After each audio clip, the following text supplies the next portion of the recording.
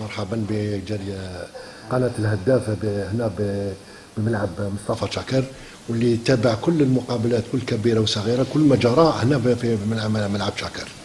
بالمناسبة احنا منذ الآونة الأولى اللي جاتنا الإرسالية في لبرمجة المقابلات هنا في ملعب مصطفى شاكر، وللعلم فإن الصيانة الدائمة والعمال اللي سمحوا حتى في العطل السنويه تاعهم، لان جاتنا بعد البرمجه تاع المقابلات تاع الفريق الوطني اللي تاع كاس العالم، والاول مقابله تجرى في شهر اكتوبر. للعلم هذيك هي الخرجه الاولى من مرحله الحر والصيف وكذا، وهذيك المرحله اللي تاثيريه اللي كانت مناسبه وملائمه لكثره الجراثيم وكثره الديدان داخل الاعشاب.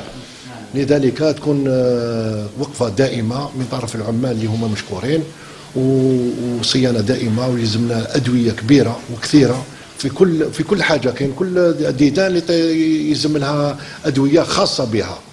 التحضير تاعنا له الجهود تاعنا رانا نحضروا في مقابلات تاع اكتوبر، احنا هذه هي بالخصيه، وحنا هذه مناسبه تدير المرحله اللي شغل تسمح لنا تحضير هذه المقابله والمقابله الجايه في نفس الوقت. كيفاش راهي الارضيه من السيد مصطفى؟ احنا الارضيه نقدروا نعتبروها راهي في حاله حسنه، وذلك بعد الجهود تاع قلنا العمال اللي راهم واقفين عليها طيله ايام الصيفيه، واللي ماشي خاطر الناس تحسب غير المياه اللي تقاوم الصيف، لكن كاين هناك يلزمنا وقوف دائم لحمايه هذا البساط. احنا هذه كيكون لنا متسع من الوقت باش نعاودوا نحسلوا كل الاعشاب الضاره هذه ننزعوها كما للعلم. في كل مره تخرج اعشاب ضاره يلزمنا نحيوها ونعاودوا نصلحوا الاماكن هذيك، يكون عندنا متسع من الوقت، وتكون الارضيه من احسن حله بعد في المقابلات اللي بعد اكتوبر. درك حاليا هي في حاله جيده نعتبروها.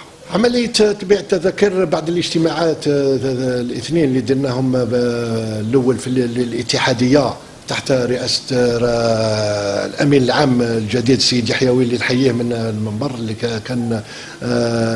كان وفرنا كل الجو اللائم، وكان الحق يدير عمل جيد ونشكره بالمناسبة. تتكلمنا كل على الجوانب سواء التنظيمية ولا الأمنية. ثانيا كنا اجتماع البارح في أمسية البارحة مع كل الأطراف تاع الولاية وكل الإدارات وكل المعنيين بتنظيم هذه المقابلة، ليستجبوا باش يكون التحضير في المستوى، ويكون تنظيم جيد لاستقبال المناصرين أو الفرق الاثنين، وتكون باش تجرى. للعلم بأن المقابلة تجرى في وقت في الليل الساعة 8:30 يوم الأحد. لذلك فإن كل لازم المراقبة وصيانة دائمة تاع الإنارة تاع كل الجوانب اللازمة. احنا ما كملتلكش فوق عملية البيع، احنا بديناها في أمسية البارحة بعد الزوال، واللي انطلقت ب ما نقولوش اقبال حاشم بعد العشرات من المناصرين اللي تقدموا لشبابيك ملعب شاكر. وحنا عودنا اليوم بداية من الساعة 9 صباحا بدينا عملية البيع، وتستمر إلى غاية 5 مساء. وحنا من هذا المنبر نديو إلى المناصرين أن يفوضوا لمناصرة الخضر في كل المقابلات، وهما كما جرت العاده انه اللاعب ال 12 اللي هو دائما لمناصره ومؤازره الفريق الوطني. احنا ما لحد الان في عمليه البيع التذاكر، والابواب احنا للعلم فان هذاك اليوم يكون يوم الدخول المدرسي، ما نساوش الدخول الاجتماعي، لذلك احنا حوالي ابتداء من الساعه 4 مساء.